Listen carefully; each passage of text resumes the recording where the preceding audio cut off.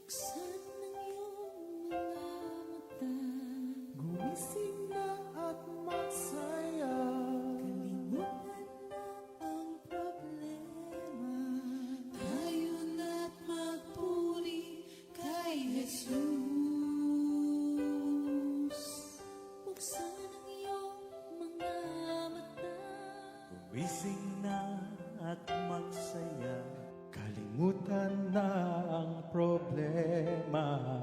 tayo na't magpuri sa Kanya.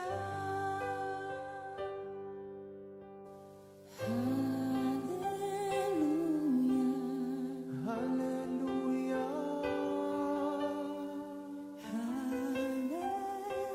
hallelujah, hallelujah,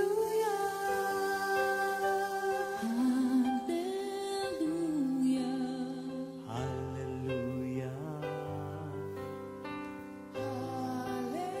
hallelujah, hallelujah. hallelujah.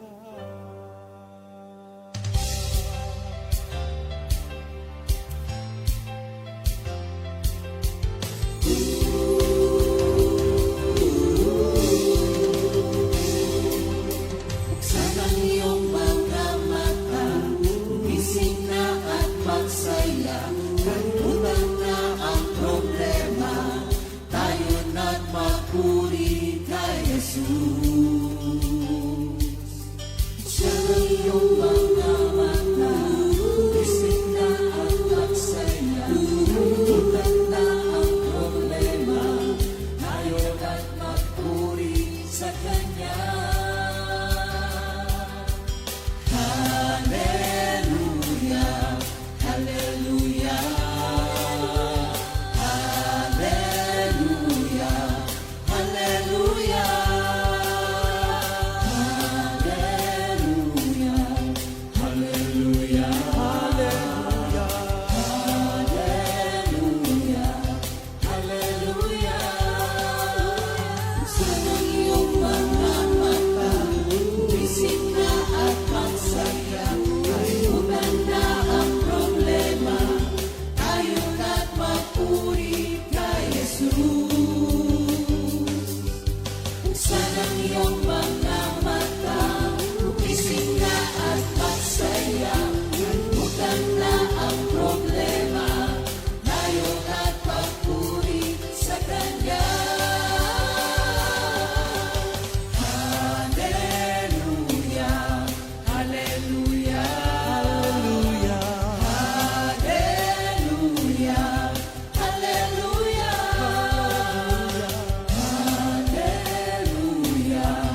hallelujah, hallelujah, hallelujah. Di ka iiwan, di ka pababayaan. Kumapit ka, umawit ka, at magpuri sa Kanya. Buksan ang iyong mga mata, gumising na at magsaya. Kalimutan na ang problema, tayo na't magpuri kay Jesus. Buksan ang iyong mga mata, gumising na at magsaya. Kalimutan na ang problema, tayo na't magpuri sa Kanya. Hallelujah, hallelujah, Hallelujah, hallelujah, hallelujah, hallelujah. hallelujah, hallelujah. Sa iyong mga mata, gumising na at magsaya. Kalimutan na ang problema, tayo na't magpuri.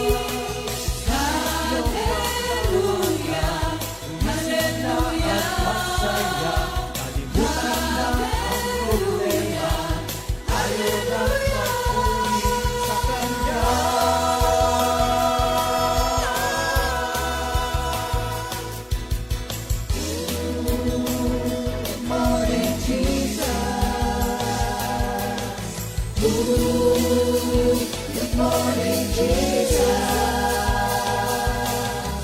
Good morning, Jesus.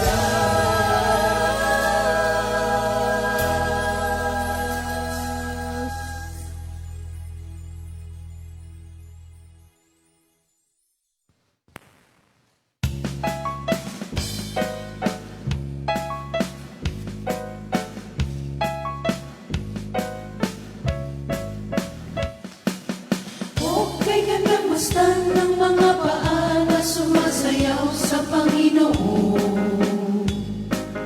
Okay ka nang mastan ng mga paa na sumasayaw sa Panginoon. Okay ka nang mastan ng mga paa na sumasayaw sa Panginoon. Okay ka nang masdan ng mga paa na sumasayaw sa Panginoon. Nagagalak na umawit ng mga papuri sa ating Diyos. Lumulukso, lumulundag, sabay-sabay pumalakpak.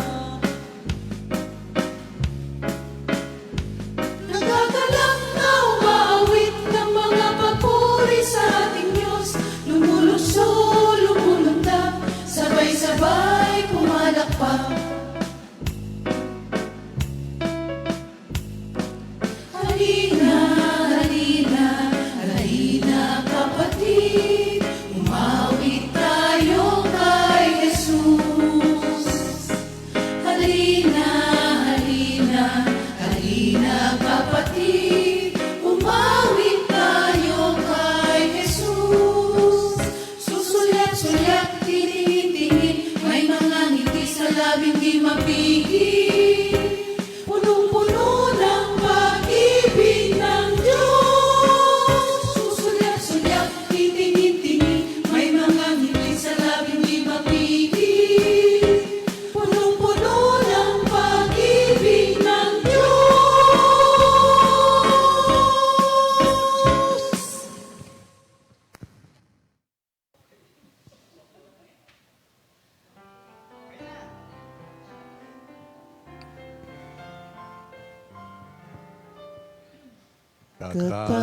Katangi-tangi ang pangalan mo, O Jesus.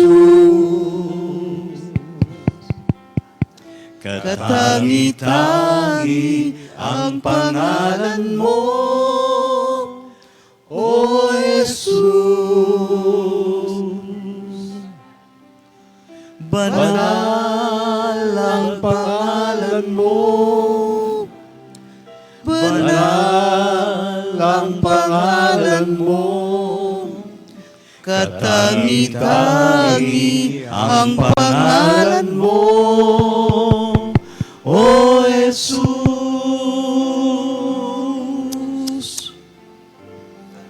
Banal, banal, banal.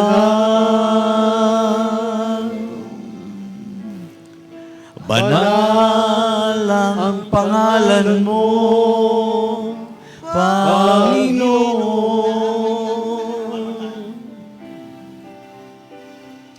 Banal, banal, banal.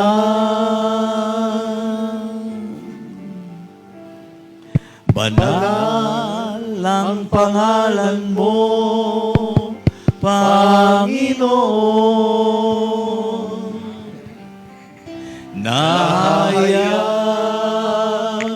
sa lahat ng dako, laganap sa lahat ang iyong pagmamahal. Nahayag sa lahat ng dako, Jesus, Panginoon, yan ang pangalan mo.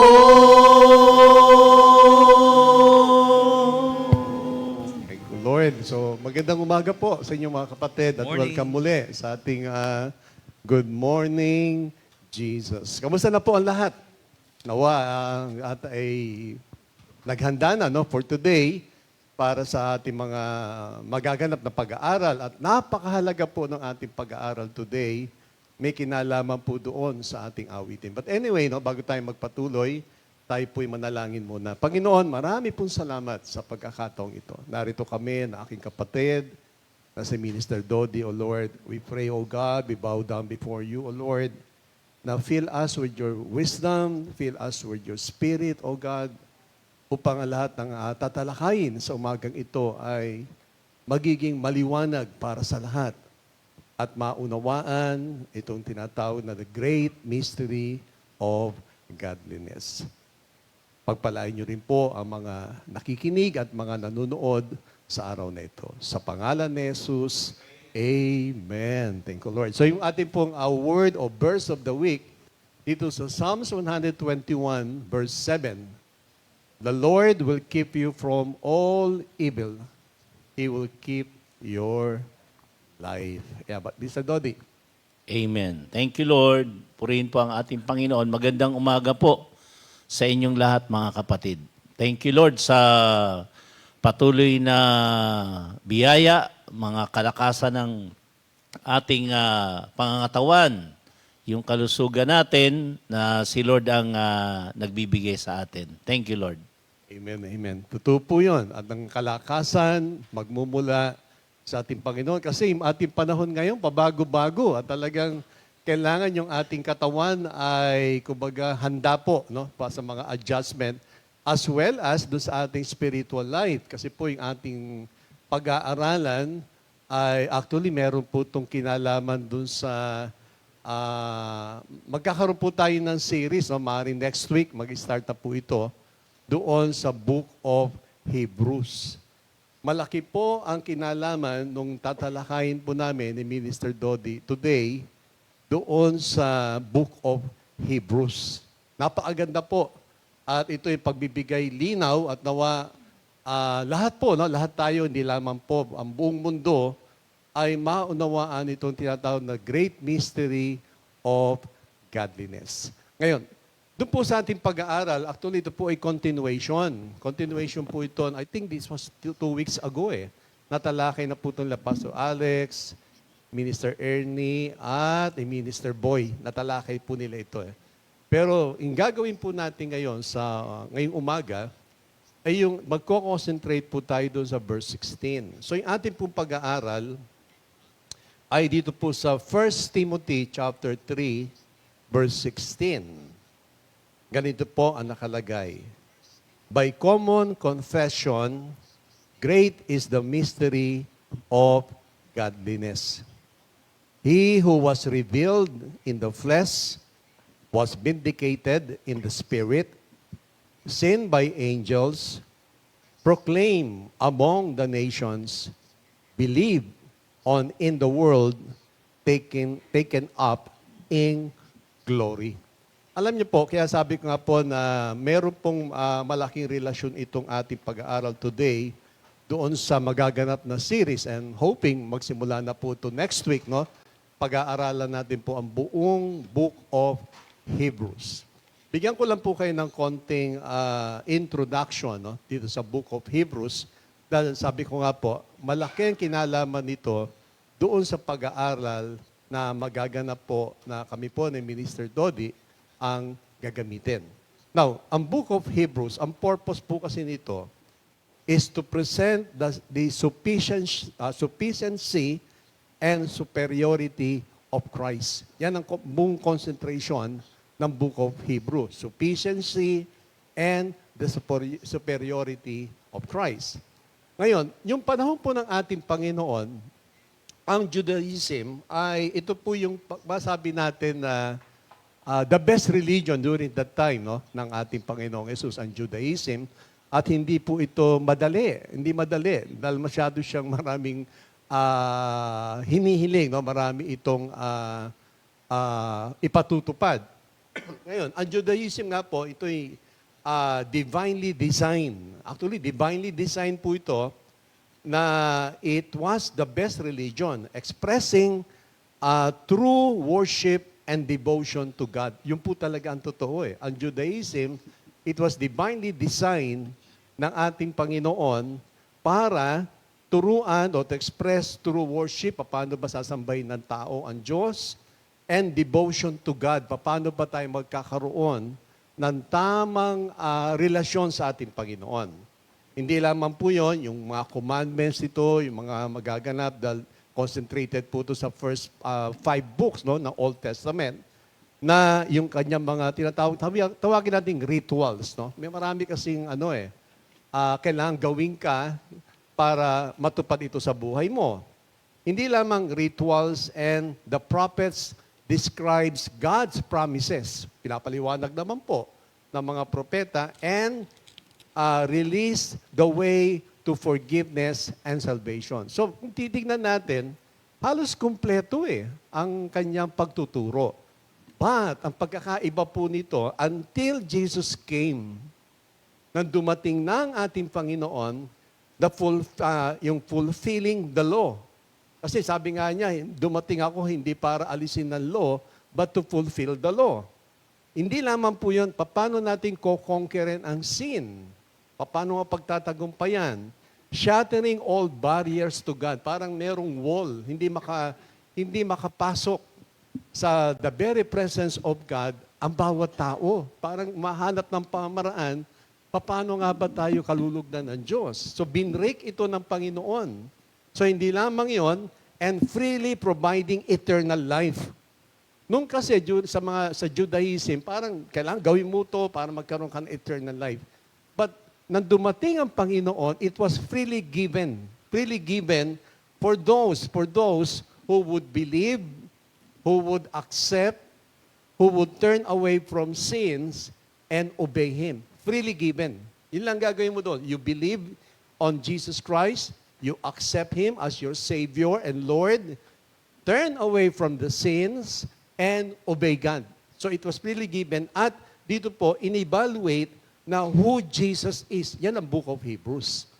So pero itong ating pag-aaral ngayon, sabi ko nga po, ay malaki ang kinalama. Para bang mangyari po, para itong introduction Mr. Dodi para doon sa darating na mga succeeding weeks. Wednesday, abangan nyo po yun, at maaring pangunguna na po ni Pastor Alex, para lalo natin lubusang maunawaan the sufficiency and the supremacy of Jesus Christ. Ngayon, balikan na po natin ngayon itong 1 Timothy chapter 3, verse 16. Hayaan basahin ko po muli.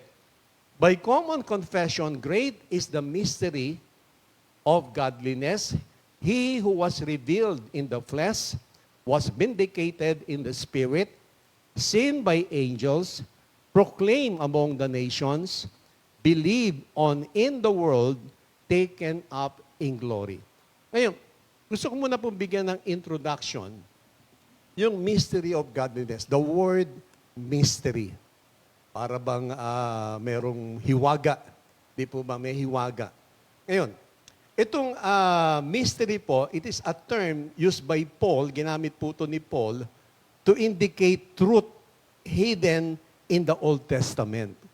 Which is, yun po talagang totoo. Dahil ang tungkol kay Jesus, it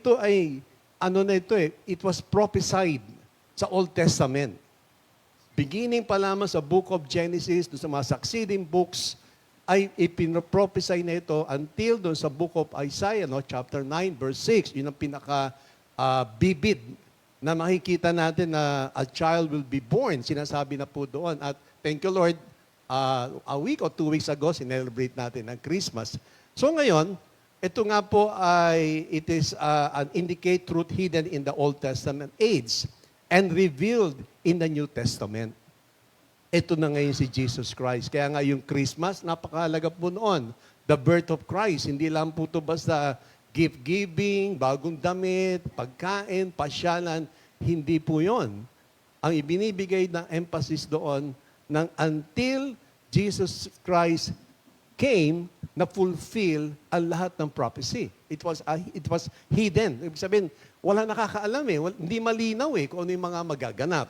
Now, balikan ko po yung verse 9 ng chapter 3. Kasi meron din po binanggit dito but holding to the mystery of the faith with a clear conscience. So, holding the mystery. So, dito po, the word mystery, as well, kaya sinabi ko po kanina, it describes truth previously hidden. So, kaya sinabing previously, dati ito nakatago ito. Dati ito ay lihim, pero hindi na po. But now, revealed, including Christ's incarnation. So pagdating sa New Testament, ipinaliwanag na, yan po ang part ng Book of Hebrews, particular doon sa chapter 1. So dito, pinakita yung Christ's incarnation, yung kanyang pagkakatawang tao. That is the birth of Christ. Ang Christ indwelling of the believers. Dito sa Colossians 1, basahin ko rin po to. Si Paul kasi marami siyang, kumbaga, ni-reveal through the scriptures sa kanyang mga epistles. Colossians 1, sa verse 26 to 27. So, ang sabi po rito, that is the mystery which has been hidden from the past ages and generations, but has now been manifested to His saints, to whom God willed to make known what is the riches of the glory of this mystery among the nations, which is Christ in you, the hope of glory. So, hindi lamang po yung the indwelling of Christ sa mga believers, as well as the unity of the Jews and Gentiles in the church. Dito sa book of Ephesians, basahin din po natin to, na napakaganda kasi mga paliwanag po rito ni Paul. The book of Ephesians chapter 3, simula po sa verse 4 to 6. Now, by referring to this, when you read, you can understand my insight into the mystery of Christ, which in other generation was not made known to the sons of men, as it has now been revealed to His holy apostles and prophets in the Spirit.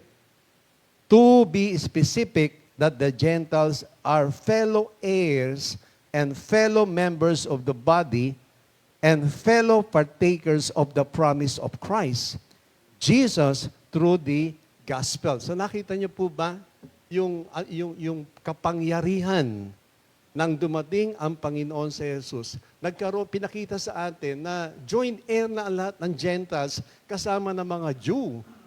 So isipin niyo po yung blessing na dumating sa ating buhay, at kaya nga po sa umaga ngayon ay ating tong pag-aaralang mabuti para sa gayon ay maunawa natin mabuti ang mga bagay na ito. Ngayon, bigay ko na po si Minister Dodi para talakayin niya yung first 3 na revelation dito sa Book of Timothy. Ayan. Purihin po ang ating Panginoon. Thank you, Lord. Opo, tama po. Dito po sa ating pag-aaral, makikita po natin that God has done 6 wonderful things for man. So, yung 6 na bagay ay talakayin ko po yung 3 po na nauna. So, nabanggit na po doon na sa 1 Timothy 3:16, tama po. Hindi po John 3:16. 1 Timothy 3:16. Kasi po, parang magkahawig. Ano po? Familiar yata po tayo sa John 3:16. Pero napakainam din po nung talata na yon. At maraming Kristiyano ang paborito po ang John 3:16. Talagang marami po ang nagmamahal sa talata na yan. Pero sa araw po na ito, ituon po natin ang ating kaisipan sa 1 Timothy chapter 3 verse 16. So tunay nga po na napakahiwaga ng mga katotohanan ng ating reliyon. Ang sabi po diyan na siya po ay nahayag ng maging tao at pinatotohanan ng Espiritu. Nakita ng mga anghel, ipinangaral sa sanlibutan, pinaniwalaan ng lahat at sa langit ay tinanggap. So ito nga po yung tinatawag nating mystery of godliness. The mystery that has now been revealed to man. Dakila ang hiwaga ng kabanalan. So ang tema nga po ay the mystery of godliness. Alam niyo yung mystery of godliness, ito po ay tungkol sa ating Panginoong Diyos, of course. At nabasa po yung naunang talata sa Ephesians 3 verses 4 to 5. Ang wika nga po dyan na it was a truth unknown in the past. Kumbaga hindi nila alam, hindi pa sinasabi, but it was now revealed. So sa atin pong pagbabasa ng salita ng ating Panginoon, maunawaan po natin na ito po ay inihayag doon sa mga tinatawag na God's holy apostles and prophets.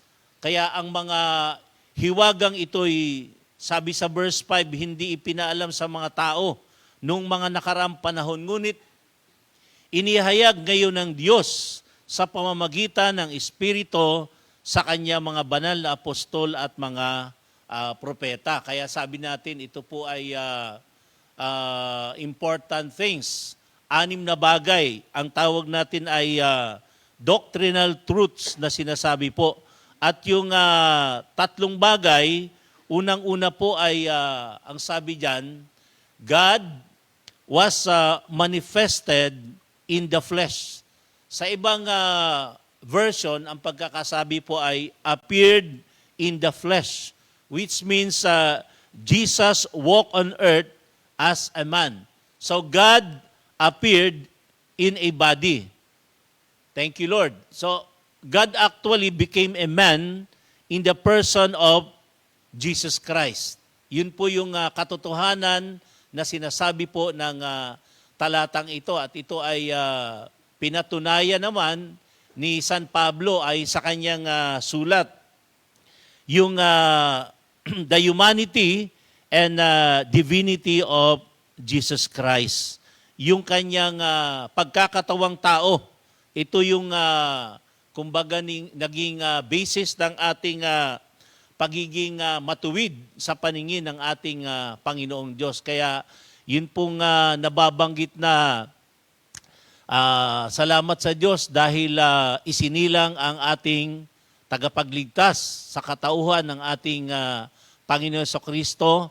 Tayo po ay pinagpalang tunay at kaya tayo po ay may pagdiriwang ng Pasko sapagkat alam nating si Jesus ang ating tagapagligtas at yan po ay nauna nang ipinahayag ng propeta sa aklat ng Isaiah, Kabanata 9, talatang 6, Isaias, Kabanata 7, talatang 14, at maging sa Mateo 1:23, ang mga talatang yan ay nagsasabi na ang ating Panginoon Kristo ay ipinanganak at sa Lucas Kabanata 2, yan naman po ay nagkaroon ng talagang katuparan kasi yun yung tungkol sa kapanganakan ng ating Panginoon Kristo. So ulitin ko lang po, ang incarnation o pagkakatawang tao ng ating Panginoon provides the basis for our being made right with God. At sa John chapter 1 verse 14, ito ang nasasaad po diyan. The Word became flesh and made His dwelling among us. We have seen His glory, the glory of the one and only Son, who come from the Father, full of grace and truth. Sa Tagalog, naging tao ang salita at siya'y nanirahan sa piling natin. So, Jesus Christ became man in order to take away the sins of men. So, purihin po ang ating Panginoon dahil talagang kung malalaman po natin talaga yung katotohanan na ito ay yung ating kaisipan, yung ating pagsunod, yung ating paglilingkod sa ating Panginoong Diyos ay masasabi ko pong talagang ano ba yung term na pwede dyan na gamitin natin? Kumbaga, isasagad mo na. Wala ka nang iisipin na pag-aalinlangan kasi napaka-blessed natin dahil ito yung pananampalataya na natutunan natin, tinanggap natin, kanina pa nga na sinasabi, no? Paniwalaan natin ang ating Panginoon Kristo, tanggapin natin siya at sumunod tayo kasi yun naman talaga ang nararapat. So sa atin pong pagpapatuloy mga kapatid, Doon sa 1 John 3 verse 5, ano po ba ang sinasabi diyan? But you know that He appeared so that He might take away our sins, and in Him is no sin. So nalalaman ninyong naparito si Kristo upang pawiin ang ating mga kasalanan at siya'y walang kasalanan. So ang pagkakatawang tao ng ating Panginoon ay hindi mapag-aalinlanganan, hindi maikakaila at hindi mapapasinungalingan. Iyan po ang tunay. Ang ating Panginoong Diyos ay pumarito sa lupa sa katauhan ng ating Panginoong Hesukristo. Kaya He was manifested, sabi natin, ayon sa ating unang napahayag. At dito po sa pangalawang bagay, makikita natin mga kapatid, siya po ay justified in the Spirit. Yun po yung pangalawang bagay na makikita natin dyan. Or sa other version, ang sabi po ay vindicated by the Spirit. Ito po yung pagkakatranslate sa NIV. So justified in the Spirit or was vindicated by the Spirit. Ito po ay pinatutungkol sa kung papaano ang ating Panginoon sa Kristo ay muling nabuhay. Ipinakita doon na yung banal na Espiritu sa Kanya, ang Espiritu Santo ay nananahan sa Kanya. Doon sa Romans 8 verse 11, makikita natin dyan, and if the Spirit of Him who raised Jesus from the dead is living in you, He who raised Christ from the dead will also give life to your mortal bodies because of His Spirit who lives in you. So He was vindicated by the Spirit. And Romans chapter 1 verse 4, mga kapatid, dito po, Jesus Christ was declared po siya to be the Son of God with the power according to the Spirit of holiness by the resurrection from the dead. Kumbaga sa Tagalog po, ang pagkakasalin ay sa likas na kabanalan ng kanyang Espiritu, ipinahayag siyang anak ng Diyos sa pamamagitan ng makapangyarihang gawa ang kanyang muling pagkabuhay. So, tandaan po natin, ang Espiritu Santo po ay taglay ng ating Panginoon sa Kristo at yan ay ipinangako rin na ating katuwang para gampanin ang kalooban ng ating Panginoong Kristo. So ang ating Panginoon sa 1 Peter 3:18, the Lord was put to death in the flesh but made alive in the Spirit. Siya'y namatay ayon sa laman at muling binuhay ayon sa Espiritu. Kaya po pag sinabing na the Spirit of God vindicated Christ, ito po ay nangyari by raising Him from the dead. Alam naman nating lahat na ang ating Panginoon ay pinatay at ipinako sa krus. Yun po ang ginawa ng mga tao sa panahon niya, no, mga kapatid. So, ito pong talatang nabanggit natin, ang sabi natin ay the Spirit of God vindicated Christ, unang-una by raising Him from the dead, and also by giving Him the power to do the mighty works of God. So hindi lamang po yung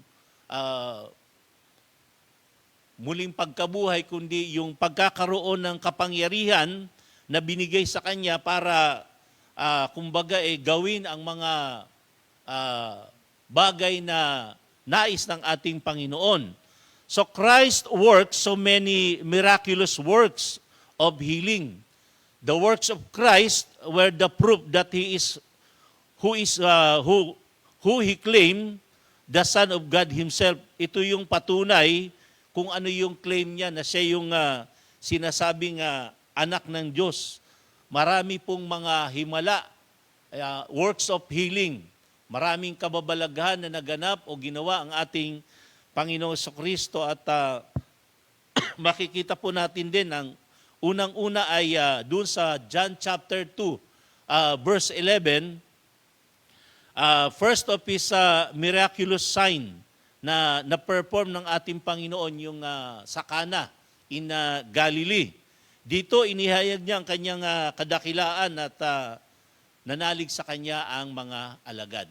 So yun po yung pangalawang bagay na makikita po natin dito sa sinasabi nating 6 wonderful important things na ginawa ng ating Panginoon para sa tao. At yung pangatlo, makikita natin dito, Christ was seen by angels. Christ was seen by angels. Nakita ng mga anghel. Yung pangalawa po kanina, pinatotohanan ng Espiritu. Nung una, nagkatawang tao. Yan ngayon po ay nakita ng mga anghel. So ano po ba ang kaugnayan nito sa ating pang-araw-araw na buhay? Sa ating kaisipan, alam naman nating lahat, bata pa man tayo, alam na natin naririyan ng yung nagbabantay sa atin na anghel. Kasi ang mga angels ay sinasabing ministering spirits of Christ. Sa Matthew 4:11, makikita natin yan na talagang naririyan ang mga angels para maglingkod at tulungan tayo na sumunod sa kalooban ng ating Panginoon. At sa Exodus 23 verse 20, mga kapatid, ang sabi diyan, "Behold, I send an angel before you to guard you on the way and to bring you to the place that I have prepared." So again, angels are ministering spirits of God or Christ. At ang angels din po na sinasabi rito are heavenly beings. Alam naman po natin yan, who always seen Christ. So ito po ay natural lamang that angels involved when Christ came to earth to save man. Lagi pong katuwang kasama na andyan po yan simula pa nung naisin ng ating Panginoon na iligtas ang tao. They were involved unang-una in the preparation for His birth. Sa Luke chapter 1 verse 26, makikita po natin yan. And then maging doon sa kapanganakan ng ating Panginoon sa Luke chapter 2 verse 8 at maging doon sa tinatawag na kanyang in His temptation sa Mark chapter 1 verse 13. And then sa Luke 22:43, yung kanyang, maging sa kanyang trials, andun din po yan. At Matthew 28 verse 2, in His resurrection, na kumbaga involved po ang mga angels. And also, in His ascension, sa chapter 1 ng Acts, verses 10 to 11. So, yung tatlong bagay na pinapakita sa atin dito, yung panghuli nga, Christ was seen by angels. So, kung tayo po ay naniniwala na talagang may langit, maniwala tayong meron ding anghel. At ito po ay napatunayan sapagkat nakita nila ang ating Panginoong Jesucristo. Purihin po ang ating Panginoon. Bigay ko na po kay Pastor Rafi. Thank you, Lord. Salamat. May mga follow-up scriptures po tayo. Kasi napansin niyo po yung ating pag-aaral, medyo doctrinal po ito, very heavy. Pero naway, po niyo to, maunawa mabuti. Now, dito rin po sa Matthew chapter 13, verse 11. He answered and said to them, "Because it has been given to you to know the mysteries of the kingdom of heaven, but to them it has not been given."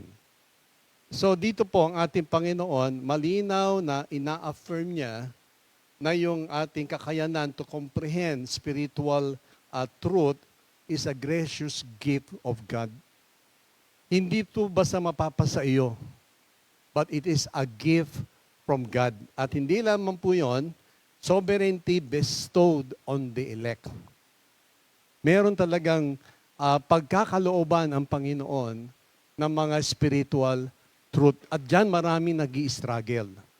Ba't sinasabi lang, ba't ang hirap basahin ng Bible? Ba't ang hirap intindihin? But for those elect, yung talagang pinili ng Panginoon na bigyan ng kapahayagan, parang wala namang mahirap sa sinasabi. Parang napakasimple naman po ang sinasabi ng Panginoon. And it is a gift from the Lord na dapat natin pagpasalamat. Pangalawa, dito po sa Matthew 13, verse 13. Therefore, I speak to them in parables, because seeing them do not see, and hearing they do not hear, nor do they understand. Now, dito naman po, si Matthew, sinasuggest niya that their own unbelief is the cause of their spiritual blindness. Dahil sa patuloy na pag-reject, pagtanggi sa ating Panginoon, yun ang nagiging cause ng spiritual blindness. Maraming tao po hanggang ngayon, nandyan pa rin sa mga rituals na kailangan gawin ito para maabot ang Diyos. Tandaan natin, eternal life was freely given to us by the Lord. Kagaya sabi nga po kanina, ang gagawin natin, you believe in Christ, you accept Him, you turn away from your sins, and obey God. Now, dito rin po, alam niyo yung pagkakasulat kasi rito, no? Doon sa Timothy, yung makikita niyo yung transition po kasi, pag sinabing transition, yung pagbabago. Na dito sinasabi po, na yung first 3 chapters, itong 1 Timothy, ay may kinalaman po sa mga instructions, mga bagay na dapat gawin. And the last 3 chapters ng 1 Timothy, ito naman po ay mga warnings. So dito, dun sa ating binasa na 1 Timothy chapter 3, sa 14 to 16, nire-reveal dito the heart of the church mission. Yung mission natin lahat, mga kapatid, sa verse 15. And yung pinaka-sentro na mensahe, yung nga po yung verse 16 na aming tinatalakay ni Minister Dodi. Pero bago po tayo magpatuloy, ay bati muna po tayo sa mga may birthday. So today is January 4. So Sister Teresa Urubia, happy birthday. Sister Eileen Villavicencio sa Lipa. Sister Christine Ann Corameng. Sister Marical Bondok. Brother Mateo Igno. Happy birthday po, mga kapatid, sa inyo sa araw po ito. Brother Bong.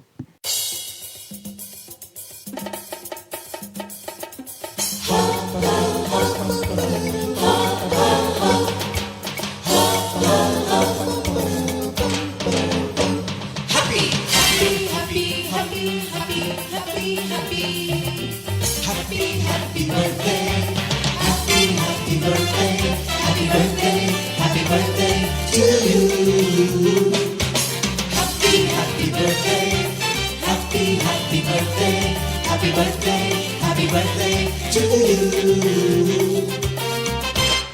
Happy birthday! May the good Lord bless you, may the Lord's light shine upon you.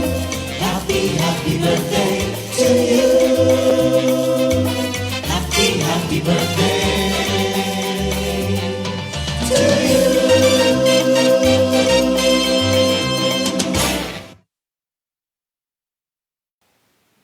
Ayan, thank you Lord. Happy birthday sa inyo po lahat. Ngayon, ating pakinggan naman po ang New Song of the Week sa Santiago, Kabanata 1, talata 2 hanggang 6, composed by Sister Mercy Lalog, arranged by Brother Jess Atienza. Yan.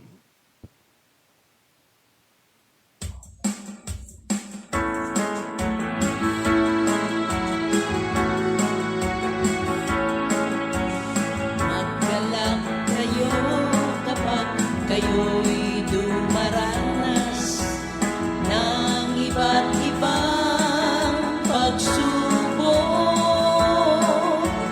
Dapat ninyong malaman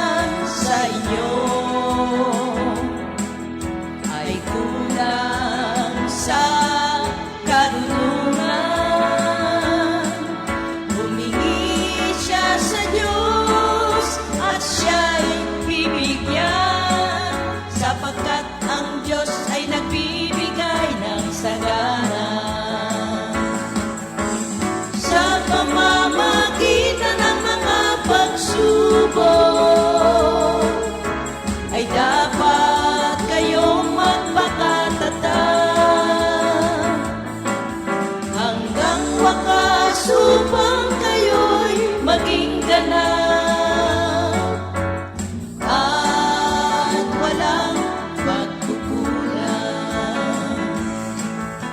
Subalit ang humingi ay dapat magtiwala sa Diyos at huwag mag-alinlangan, sapagkat ang nag-aalinlangan ay parang alon sa dagat na itinataboy ng hangin kahit saan.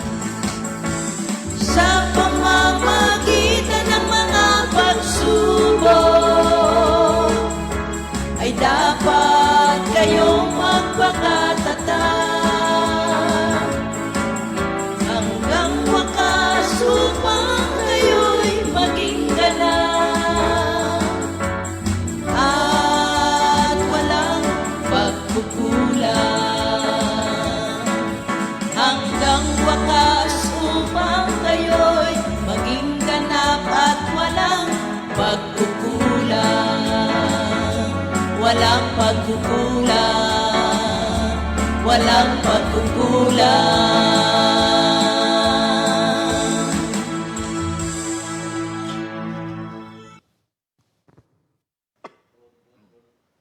Ayan, thank you, Lord. Salamat sa inyong magkapatid. Talagang nakakaabuti ng Panginoon.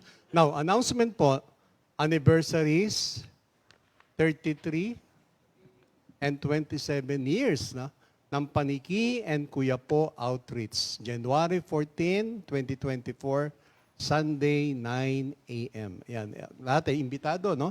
Diyan sa Paniki. So, maganda po yan, mga kapatid. Thank you, Lord. Ito pong ating pag-aaral, no? Tutuloy na po natin yung last 3.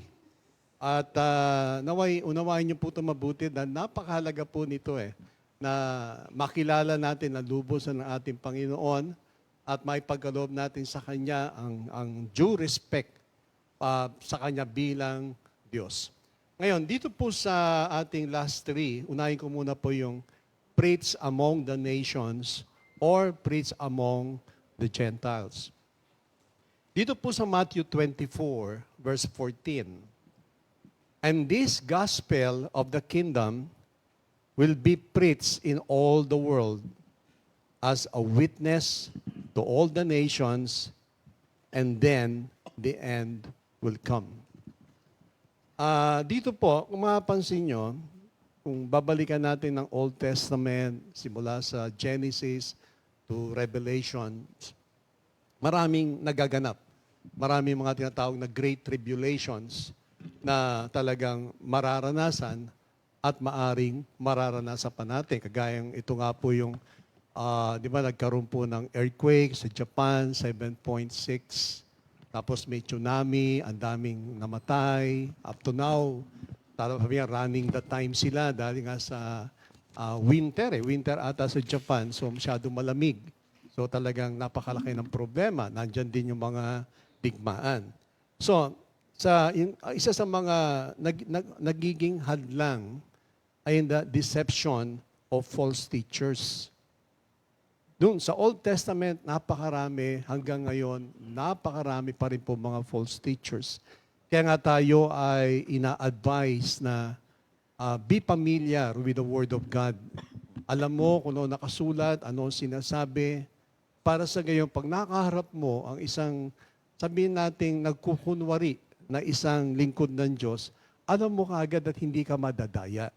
Dahil alam natin ang mga palatandaan, ng mga false teachers. Sa Book of Corinthians, sabi nga po doon, sila'y nag-anyo na parang anghel. Kasi hindi naman sila magpapakita sa atin na, let's say, ang demonyo ba magpapakita kagad sa iyo in the form ng isang devil at magpipreach ng Word of God?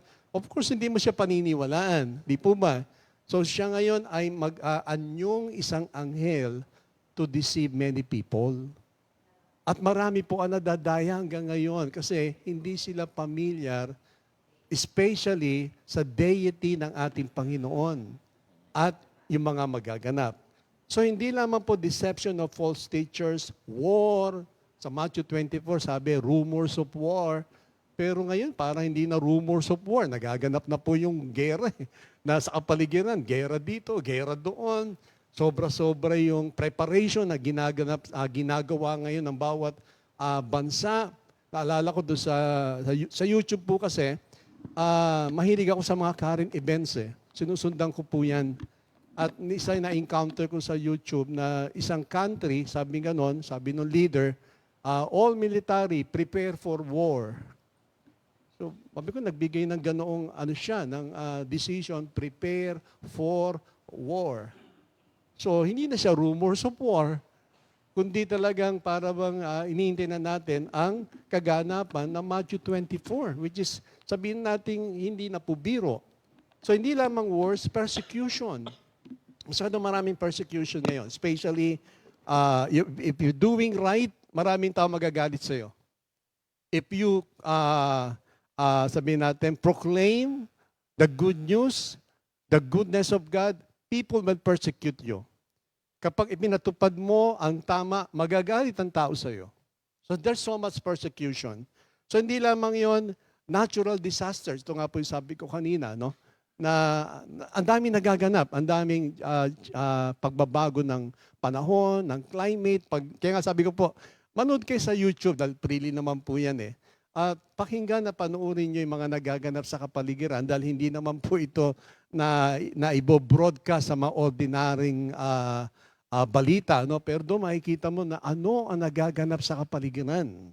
Ito yung sinasabing natural disasters and defecting from Christ. So sabi nga, marami nagde-defect. Gaya nabanggit po ni Sister Riel last Tuesday, no?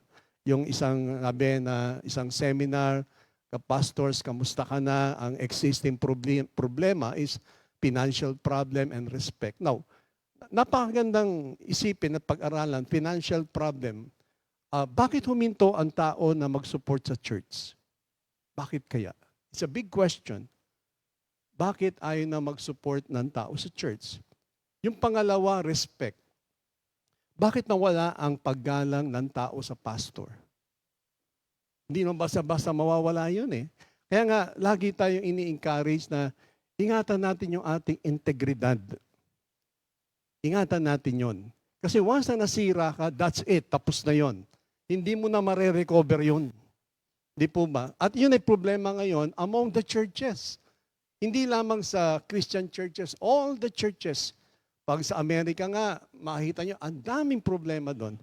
Dahil sa, yung nga po, ang tao ay nasumuport sa church, at the same time, nawala na ang paggalang. Kaya nga, marami nagde-defect. Marami ang, sabihin natin, nadadaya na ngayon na mas maganda pa mamuhay ka ng isang ordinaryong buhay kaysa maging isang pastor, which is hindi totoo. Kasi nandyan ang pangako ng Diyos that God will always provide. God will always provide. Pero meron laging condition yon. Kung tayo ay mamumuhay ayon sa kanyang guidelines. Pero once na tayo ay hindi natin sinunod yung kanyang mga instructions, then the problem will come. Darating yan, mga kapatid. So hindi lamang yon, hindi lang defection from Christ and all the obstacles to the spread of the gospel. Now, the message ultimately penetrates every part of the globe. Alam niyo kung bakit? God is never without a witness. Lagi si Lord magre-raise siya ng tao para mag-witness tungkol sa Kanya. Kaya hindi pwedeng pigilan kahit anong gawin na maganap para hindi mailaganap ang salita ng Diyos. Hindi po magaganap yon. Dahil ang Panginoon, lagi siyang magre-raise ng mga tao na kung saan na siya ay mamahalin na mabuti, i-dedicate ang kanyang time, ang buong isip, ang lahat sa Kanya, then hindi mapipigilan. Amen. Now, isa pa po dito sa Matthew 26 verse 13. Assuredly, I say to you, wherever this gospel is preached in the whole world, what this woman has done will also be told as a memorial to her. Ito po yung naghugas ng paa ni Jesus ng pabango. Kasi sinasabi rito, memorial niya, kasi alam niyo po, yung ginawa noon ay is a symbol of servanthood. At yun na po ang nawawala ngayon. Kung magiging very familiar po kayo sa mga epistles, no, ni Paul, ni Peter, ni John, mapapansin nyo, doon pa lamang sa introduction nila, sinasabi nila, I, Paul, a servant of God. I, Peter, a servant of God. I, John, a servant of God. Yun ang nawawala na ngayon yung servanthood. Ang tao nagiging very domineering, nilolord nila ang kanilang kapwa. Mali po eh. Hindi yan ang sinasabi ng Panginoon sa atin. Ang sa atin, if you want to be great, then be a servant to all. You want to be great. You want position. Maraming tao gusto ng posisyon, pero ayaw ng responsibility and accountability at nakakalimutan lang the very responsibility natin, and that is to be a servant. Dito po basahin ko itong John 13. No? Napakagandang halimbawa ito na binigay ng Panginoon. John 13. Simulan ko po sa verse 5 to 17. John 13. Verse 5. Jesus washes the disciples' feet. Then he poured water into the basin and began to wash the disciples' feet and to wipe them with the towel with which he was girded. So he came to Simon Peter. He said to him, Lord, do you wash my feet? Jesus answered and said to him, what I do, you do not realize now, but you will understand hereafter. Peter said to him, never shall you wash my feet. Jesus answered him, if I do not wash you, you have no part with me. Simon Peter said to him, Lord, then wash not only my feet, but also my hands and my head. Jesus said to him, he who has bath needs only to wash his feet, but is completely clean, and you are clean, but not all of you. For he knew the one who was betraying him. For this reason, he said, not all of you are clean. So dito nagset ang Panginoon na napakagandang halimbawa ng isang leader. Yung pagiging servant. At naway, huwag natin kakalimutan po yan, mga kapatid. Much is given, much is required. Binigyan ka ni Lord ng mataas na posisyon, then baliktad po sa mundo, pag ikaw binigyan ng posisyon, pataas. Pero sa atin, bilang isang Kristiyano, pababa ka, servant ka. Hindi ikaw yung para bang master na kailangan sundin mo ito. Hindi po ganoon. Kaya dito tayo ay pinapaalalahanan ng isang napakagandang halimbawa ng ating Panginoon. Now, sa Matthew 28 verse 19 to 20, go therefore and make disciples of all the nations, baptizing them in the name of the Father and of the Son and of the Holy Spirit, teaching them to observe all things that I have commanded you. I am with you always, even to the end of the age. Tingnan niyo yung pagkakaproclaim dito ng ating Panginoon. Proclaiming to all nations. Sinasabi niya, go then and baptize them. At atin silang baptismuhan sa ngalan ng Ama, ng Anak, Espiritu Santo. Pero ang mahalaga doon, sabi niya, teaching them to observe all things. Teaching them, tuturuan natin sila na ito ang gagawin natin. Kumbaga, by the book. Kung ano ang pagkakasulat, yun din ang ating gagawin. And sabi niya, make them my disciples. Not my disciples, nor disciples ang kahit sino, but the disciple of Christ. Doon nagkakaroon din ng problema. Ang nagiging disciple niya yan, disciple noon, nagkakaroon ng faction, nagkakaroon ng division, which is hindi tama. Dahil sa 1 Corinthians chapter 3, yun ang naging cause ng division na kung saan ang mga tao pumaling kay ganito, kay Apollos, kay Peter, kay ganito, hindi po yan ang gospel. Hindi yan ang sinasabi ng Panginoon. Kaya sa John 17, I pray that they may be united. Yun ang kanyang pag-witness eh. Kaya nga lamang po, at maganda rin po rito, sabi niya, I am with you till the end of time. So never, never, never na si Lord, iniwan tayo o nag-depart siya. Lagi siya nandyan eh. Kaya nga, pinoproclaim ito. So why fear? Ba't tayo natatakot? Hindi tayo dapat matakot because God is always with us. Now, sa Acts chapter 1, verse 8, But you shall receive power when the Holy Spirit comes upon you, and you shall be witness to me in Jerusalem and in all Judea and Samaria and to the end of the age. Now, ito po'y napakahalaga, no, mga kapatid. Napakahalaga natin tayo, Christians, baptized under the power of the Holy Spirit. Now, dito pinapakita the apostles' mission, no? Our mission as a Christians ay spreading the gospel. Now, the major reason the Holy Spirit empowered us. So, a major reason niya bakit in-empower tayo ng Panginoon through the power of the Holy Spirit to be a witness. Tayo ngayon, witness tayo. Ngayon, ang tanong, ano bang klaseng witnessing ang ginagawa natin ngayon? Di po ba? Nag-witness pa tayo for Christ?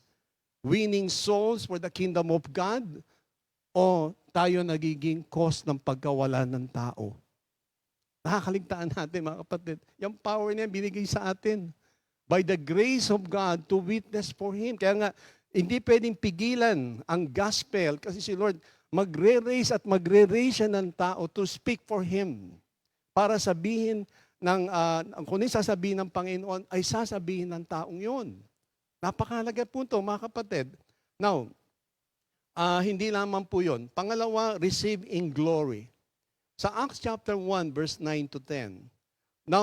Now when he had spoken these things, while they watched, he was taken up, and a cloud received him out of their sight. And while they looked steadfastly toward heaven, as he went up, behold, two men stood by them in white apparel, who also said, Men of Galilee, why do you stand gazing up into heaven?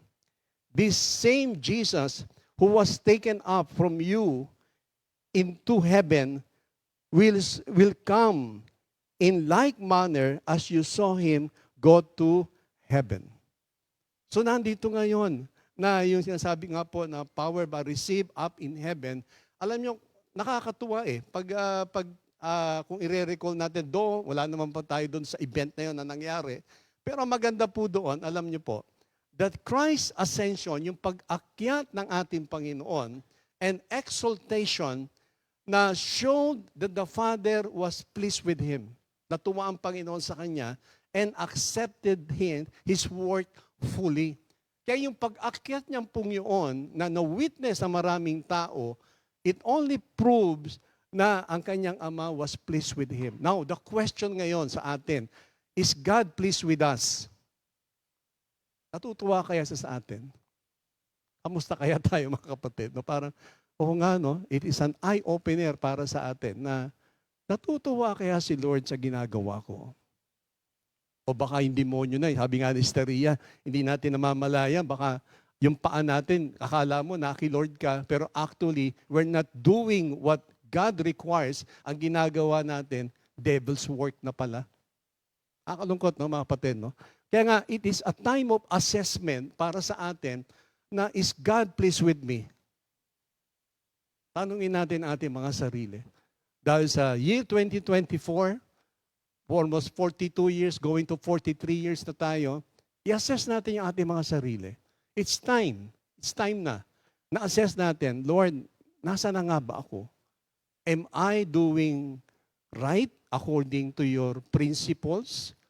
Or am I doing things on my own principle? Amen, mga kapatid. Ngayon, dito po sa, itong Philippians chapter 2, napakaganda rin po ng pagkakapaliwanag dito ni Paul. Ayan yung basahin ko po. Philippians chapter 2, Galatians, Ephesians, Philippians 2. Simulan ko po sa verse 8. So sabi niya rito, siguro simulan ko na sa verse 1, no, ng Philippians 2. Be like Christ. Therefore, if there is any encouragement in Christ, if there is any consolation of love, if there is any fellowship of the Spirit, if any affection and compassion, make my joy complete by being of the same mind, maintaining the same love, united in spirit, intent on one purpose. Do nothing from selfishness or empty conceit, but with humility of mind. Regard one another as more important than yourselves. Do not merely look out for your own personal interests, but also for the interests of others. Have this attitude in yourselves, which was also in Christ Jesus. Verse 6, who although he existed in the form of God, did not regard equality with God a thing to be grasped, but emptied himself, taking the form of a bond servant, and being made in the likeness of men. Being found in appearance as a man, he humbled himself by becoming obedient to the point of death, even death on the cross. For this reason also God highly exalted him and bestowed on him the name which is above every name, so that at the name of Jesus every knee will bow of those who are in heaven and on earth and under the earth, and that every tongue will confess that Jesus Christ is Lord, to the glory of the God the Father. Napansin niyo po ba how Christ was exalted? Ano yung dinaanan niya? Tingnan niyo po. Sabi niya, pwede naman sabihin niyang Diyos siya. Actually, Diyos naman po talaga siya. Pero He emptied Himself. Inalis niya yon at namuhay siya as a servant. So giving us a very good picture o larawan na ano ba ang dapat talaga maganap sa atin as a Christian. Though itong ating pagiging Kristiyano, ito yung pinaka-highest calling, the holiest calling, the happiest calling, the hardest calling.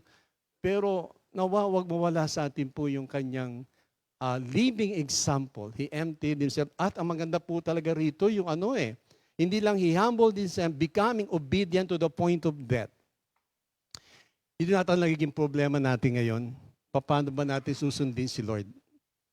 Sinusunod nga ba natin siya? At sino naman natin sinusunod? Kung hindi natin sinusunod ang Panginoon, sino sinusunod natin? Living by our principle or the principle of God? Alam nyo, isa sa mga bagay na nagiging problema, how would I know that I'm doing the will of God? Magandang tanong po yun. How would I know that I'm doing the will of God? Meron po ako napag-aralan kay Charles Stanley. Sabi niya, the only way para ma-check natin that we're doing the will of God is that anything that God declares na wag nating gawin is not His will. Anything na dineclare niya dito sa Biblia, wag mong gawin. But anything na sinabi niyang gawin mo ngayon, gawin mo to, ipamuhay mo to, then we are doing the will of God. Ganun lang siya kasimple. Wag na natin po siyang pahirapan sa sarili natin. Paano ko malalaman if I'm doing the will of God? Bawat isa sa atin, may kanya-kanyang disposition. Bawat isa sa atin, may kanya-kanyang gustong gawin. Now, i-check natin sarili, if ito bang gagawin ko is according to His Word. If not, then you're not doing the will of God. Pero yung kay Christ dito sa Philippians 2, sabi niya, unto death. He obeyed unto death. Hanggang kamatayan. Hindi siya sumuway. At sabihin naman natin, paano namin ating gagawin yun? Parang there is so much struggle. Alam nyo, kung babalikan natin ng 2 Corinthians 5:17, if anyone is joined to Christ, the old has gone and the new has come. Kaya nga po, ang ating Panginoon, nagkatawang tao, bumaba, namatay para sa ating kasalanan, tinulungan niya tayo. Tinulungan niya po tayo paano mamuhay. Kaya lang, ang nangyayari nga po sa atin, ayaw naman natin gawin. Kaya nga po itong aming pag-aaral ng Minister Dodi ay puro scripture po ito. To justify, to prove the sufficiency and the supremacy of Jesus Christ. Amen, mga kapatid. At nawa, nasundan niyo po yung mga pag-aaral at kagaya sabi ko nga po, God willing, alam ko naman si Lord, allow niya next week sisimulan po ang pag-aaral sa Book of Hebrews. Sundan niyo po ito, mga kapatid. Ito yung magdaragdag ng ating pananampalataya na tayo ay maglilingkod sa Kanya na may katapatan. Ibibigay natin ang buong paggalang sa Kanya. By the grace of God, susundin natin siya for He is God. 100% man, 100% God. He is God. Wala natin pahirapan yung ating sarili. Paano nangyari? He is God. At pinrove na po ito sa scriptures. Amen. So, alam niyo po, marami pang siguro dapat i-discuss, pero ito po'y sapat na para sa ating lahat na maunawaan natin. Christmas is not all about gifts, bagong damit, pera. Hindi po yan. Nagkakamali tayo. Christmas is all about Christ. Na minsan may isang Diyos na bumaba, nagkatawan tao sa Book of John. The Word became flesh, full of grace and truth, and that is Jesus Christ Himself. Amen. Nawa, mga kapatid, ito ay nagbigay linaw sa atin na meron tayong isang Diyos na makapangyarihan, na handang tumulong sa atin anytime na mangailangan tayo ng tulong. Amen. Okay, Mr. Dodi, meron ka bang parting word? Yan, amen. Opo, thank you Lord sa mga pag-aaral na pinagkakalob ng Panginoon sa atin.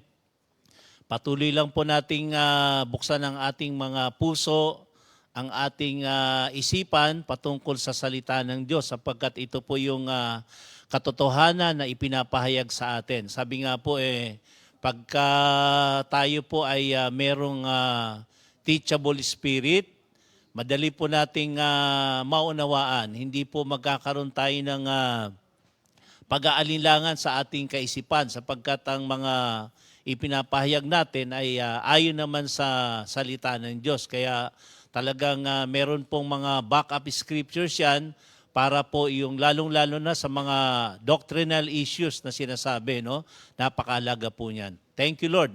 At alam kong itong 2024 ay lalo po tayong magiging masigasig pa sa pagsunod sa ating Panginoon.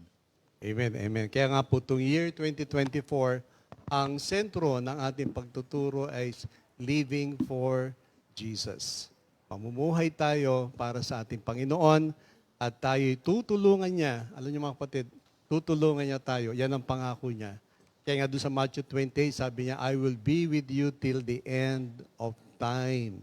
Never tayo iniwanan ng Panginoon, kundi tayo po ang tumatalikod sa Kanya. Kaya magandang umaga po sa inyo lahat. Maraming salamat. At bukas, abangan niyo po ang panibagong pag-aaral sa GMJ. God bless you all, mga kapatid. Thank you, Lord. 2 Timothy 2:2. Hallelujah. 2 Timothy